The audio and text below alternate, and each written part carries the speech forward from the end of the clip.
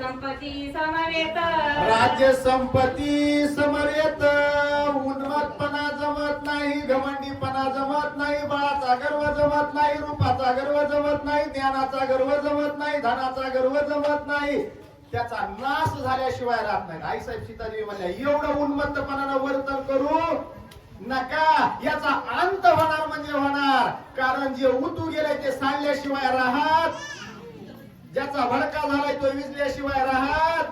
हा निसर्गाचा नियम आहे माय बाप. त्याच्यामुळं दिव्याची ज्योत तेवतच राहिली पाहिजे बरं का, भडकेची गरज नाही महाराज.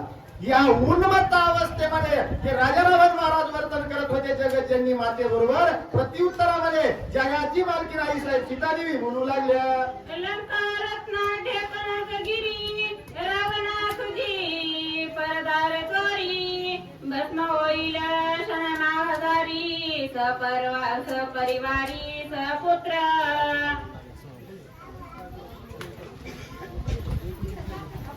पुंडलिकावर हरी विठ्ठल श्री ज्ञानदेव प्रभु रामचंद्र भगवान पवनसुत हनुमान शांती ब्रह्म एकनाथ महाराज.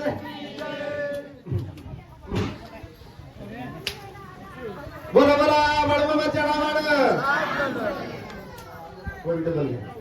लंका रत्न ढेकणागिरी रावणा तुझी परदार चोरी भस्म होईल शनमाधारी सपरिवारी सपुत्र. रत्न अलंकार रत्न सुवर्णाची लंका जरी असली तरी महाराज तुमचं वर्म चुकलं. खांबाला काय कुणी दर्शन घेऊ नका, मलखांबाकडे कुणी जाऊ नका, हात जोडू का पाया पण पाहिजे तुमच्या.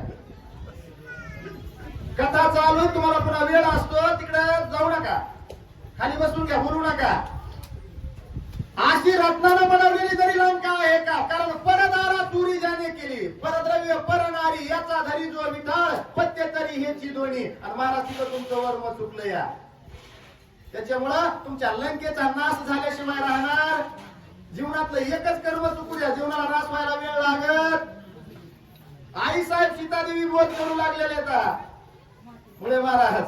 मला वाटतं शेवटला काय पीक लईच आलंय बाबा, आता अवघडच आहे. या पुढील वाचे घ्या, ज्या धारून सकाळी आले त्या सारखे इकडं महाराज आमचे माझं लक्ष काय करायचंय.